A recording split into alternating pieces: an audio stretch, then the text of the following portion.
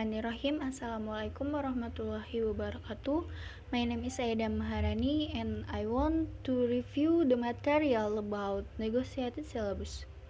A negotiated syllabus involves the teacher and the learner working together to make decisions at many of the part of the curriculum design process. It is a way of giving high priority to the recognition of learner needs within a course and to the need to continually adjust course while they are running to suit changing needs and circumstances. Negotiated syllabus are also called process syllabus. Brian and Little John list situation where a negotiated syllabus is almost that is first where the teacher and students have different backgrounds. Second, where time is short and the most useful choice must be made. And third, where there is a very diverse group of students and there is a need to find common ground. And fourth, where initial needs analysis is not possible. Fifth, where there is no course book. Sixth, where the students' past experiences must be part of the course, and the last, where the course is open-ended and exploratory.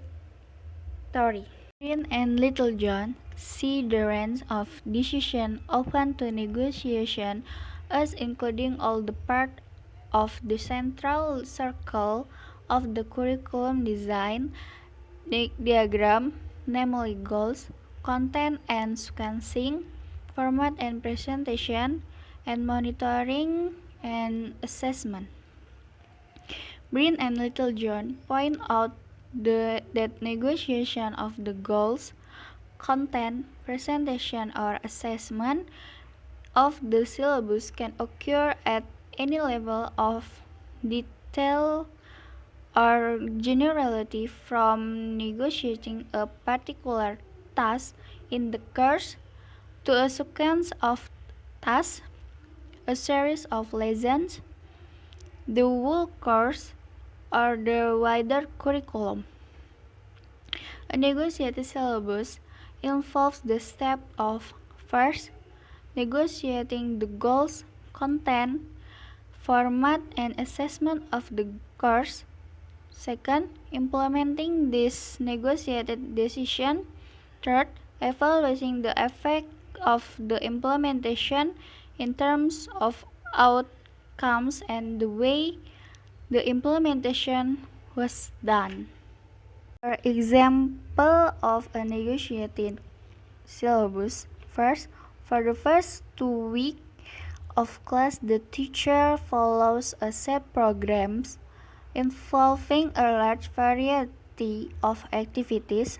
Second, at the end of the 2-week period, the teacher tells the class, now that you have settled in and have experienced some typical classes, it is time for you to take an active part in deciding what we will do for the next 2 weeks. Third, the teacher and the class members list the activities and part of the course on the board, and then, working in small groups, discuss what should be removed from the list and what should be added to it. Fourth, the next step is to rank the item in the list and fit them into the class timetable. And the last, the resulting timetable with its activities then becomes the timetable for the next 1 or 2 weeks, when it is then renegotiated. Next is requirement for a negotiated syllabus. Brian described the decision to be negotiated in a negotiated or process syllabus and the material needed to make it work, and discussion by the teacher and the learner. That is first negotiation procedure, and second course planning participation, third course planning procedure, fourth course planning learning goals, fifth course evaluation, and the last is research and material. And continue that syllabus with some element negotiated. There are several ways of dividing up the syllabus. That is, first, a fixed lesson or time of the day is set aside for negotiated activity. For example, is an hour each Friday afternoon is used for activities that the learner and the teacher have negotiated. Second, one or more of the type of decision described above, participation, procedure, learning goals, evaluation, is open for negotiation. Third, the class for one or more language skills, such as free speaking activities, are planned through negotiation. For example, the learner negotiates the type of reading activities that they will do. And the last, one or more parts of the inner circle of the curriculum design diagram is open to negotiate.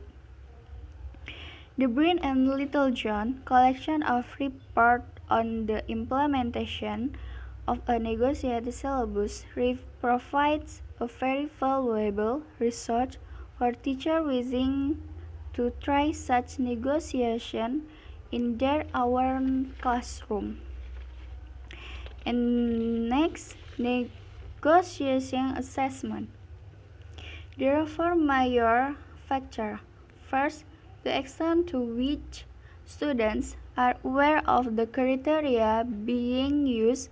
Second, the relative emphasis given to what they have achieved as compared with what they have failed to achieve.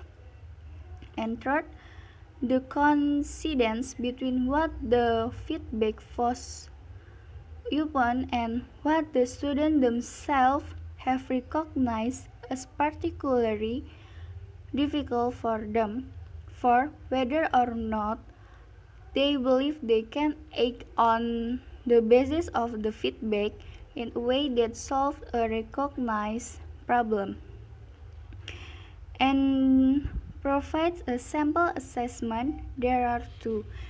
First, the components and percentage weightings of the component of assessment were negotiated with the class. And second, each individual negotiated their particular marks with the teacher. Okay, I think it's enough from me. And the last I say, wassalamualaikum warahmatullahi wabarakatuh.